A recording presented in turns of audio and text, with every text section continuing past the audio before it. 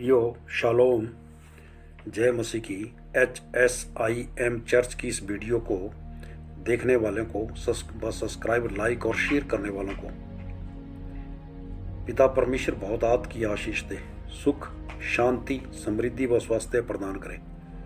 प्रियो, आज पवित्र बाइबल की पुस्तक एस्तर की कुछ सूक्ष्म जानकारियों के बारे में जानने का प्रयत्न करेंगे। अगर आप इन वचनों व इस प्रार्थना को रिसीव करते हैं तो ये आपके जीवन में सकारात्मक परिवर्तन लाएंगे। इस पुस्तक में वर्णित घटनाएं एक यहूदी बहन जिसका नाम एस्तर था, उसके चारों ओर ही केंद्रित रहती है। अपने अदम्य साहस के द्वारा और अपनी इजरायली जाति के प्रति समर्पण के कारण उसने उन्हें उनके शत्रुओं के हाथों पूरी तरह से नष्ट होने से बचा लिया। ये घटनाएं फारस के सम्राट शरेक्सर के आवास पर हुई थी। सम्राट शरेक्सर 127 प्रांतों पर अर्थात हिंदुस्तान से लेकर कुश तक राज्य करता था। एस्तर की पुस्तक में कुल 10 अध्याय हैं जो हमें बताते हैं कि एक कलीसिया को अपने राजा यानी अपने प्रभु यीशु मसीह के पास बिना संकोच किए जाना चाहिए। राजा शरेक्सर की पत्नी बस्ती थी, यानी कि पटरानी जो बस्ती थी। जब राजा शरेक्सर ने फारस और मादे के हाकिम और कर्मचारियों को भोज दिया, भोज के दौरान राजा शरेक्सर ने अपने 7 खोजों को आज्ञा दी कि रानी वस्ती को राजमुकुट धारण किए हुए राजा के सम्मुख ले आए, जैसे कि देश देश के लोगों और हाकिमों पर उसकी सुंदरता प्रकट हो जाए। परंतु रानी वस्ती ने आने से इनकार किया। इस पर राजा बड़े क्रोध से जलने लगा और अपने मंत्रियों के साथ भेद जानने वाले पंडितों से पूछा और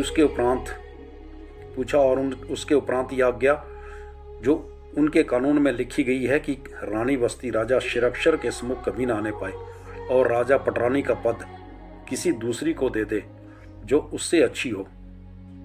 परमेश्वर की बड़ाई हो। परमेश्वर के लोगों, यहाँ जो है रानी वस्ती ने इनकार किया, यानी कि प्रतीक वो विश्वासी है और राजा के पास यानी प्रभु यीशु मसीह के पास आना नहीं चाहती, और वो इनकार कर दिया और वो रिजेक्ट हो गई।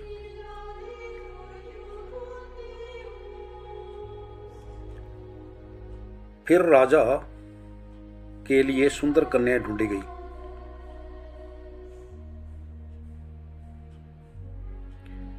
हर कुमारी कन्या राजा के पास जाती थी। इसमें मोद्रके नाम एक यहूदी था।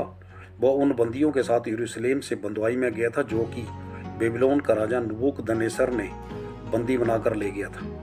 इसमें हदसा नामक उसकी चचेरी बहन मोद्रके की, जो उसके माता पिता के देहांत के बाद अपनी बेटी करके पाला था, वह एस्तर भी कहलाती थी।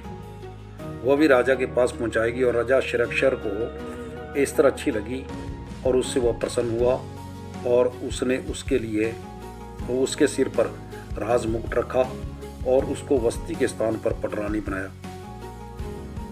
परंतु मोद्रके के कहने के अनुसार एस्तर ने अपनी जाति उस पर प्रकट नहीं की, राजा पर प्रकट नहीं की। इन बातों के बाद एक हमान व्यक्ति को उच्च पद दिया गया।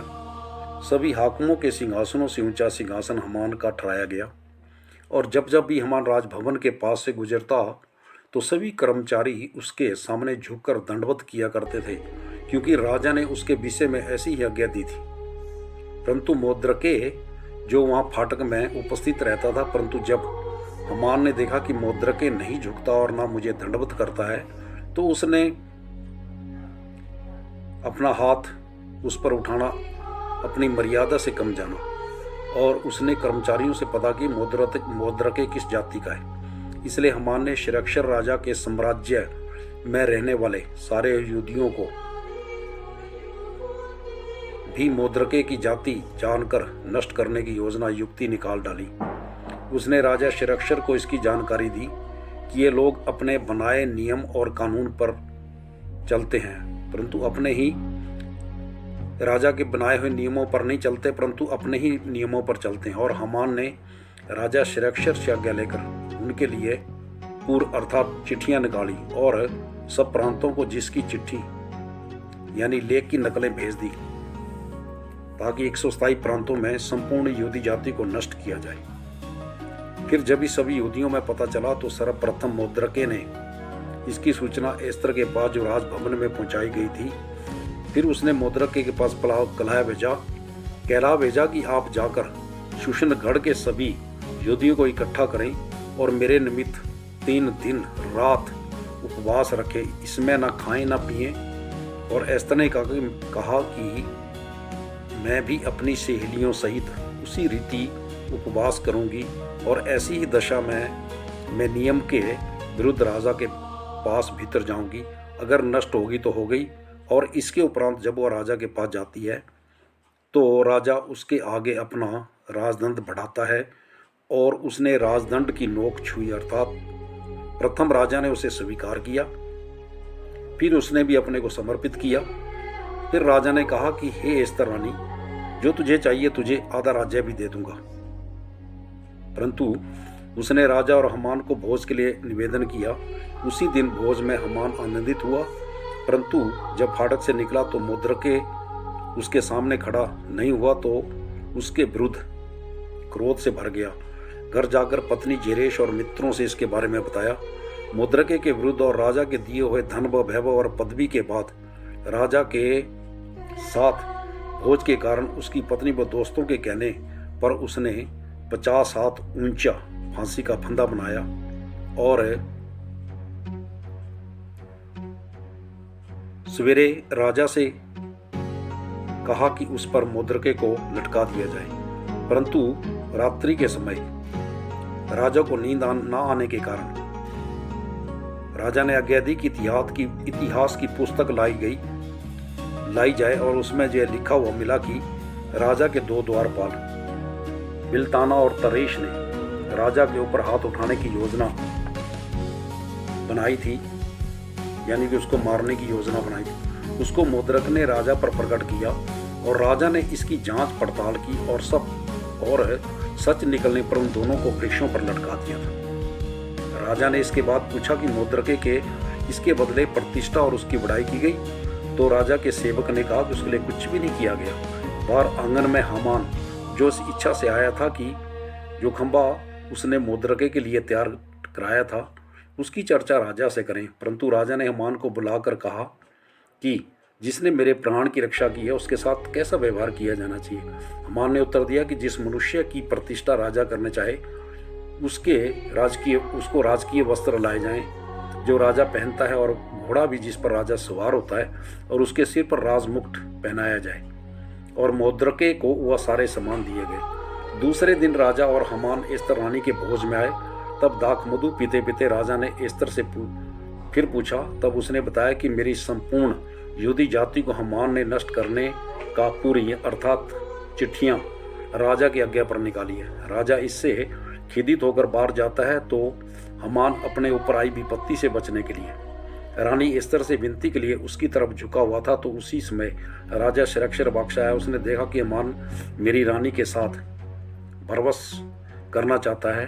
तो राजा ने उसी फांसी पर जिसे हमान ने मोद्रके के लिए तैयार किया था, हमान को उसी 50 हाथ ऊंची फांसी पर लटकाने का आदेश दिया। तब राजा ने राजदंड को रानी एस्तर की ओर बढ़ाया। तब एस्तर उठकर राजा के सामने खड़ी हुई और उसने राजा से कहा कि आप मुझ से प्रसन्न हो और आपको स्वीकार हो तो यह बात आपको ठीक लगे और मैं भी आपको अच्छी लगती हूँ।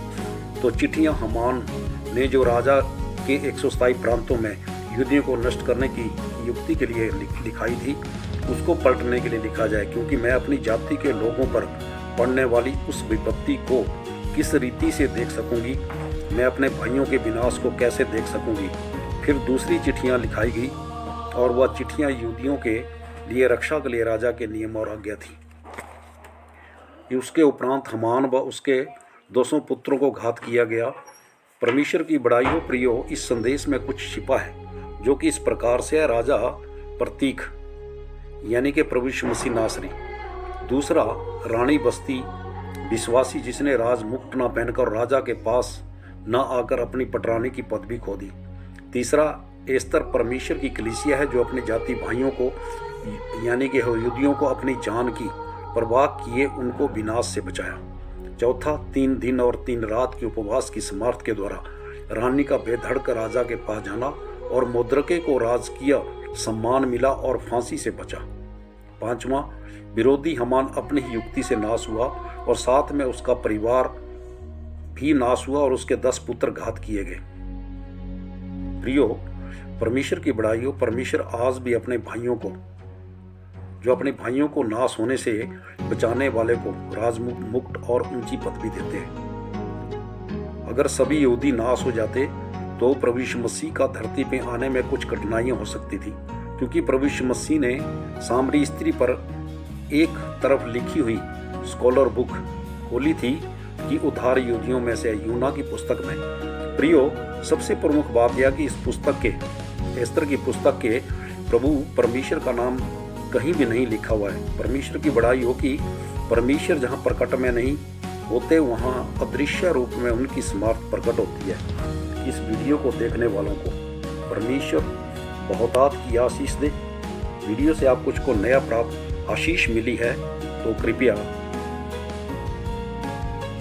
अवश्य सब्सक्राइब, लाइक और शेयर करें। पिता परमेश्वर इस वीडियो को देखने वालों को शांति, समृद्धि, स्वास्थ्य और आनंद प्रदान करें। सबको जय मसीह की। Shalom, hallelujah.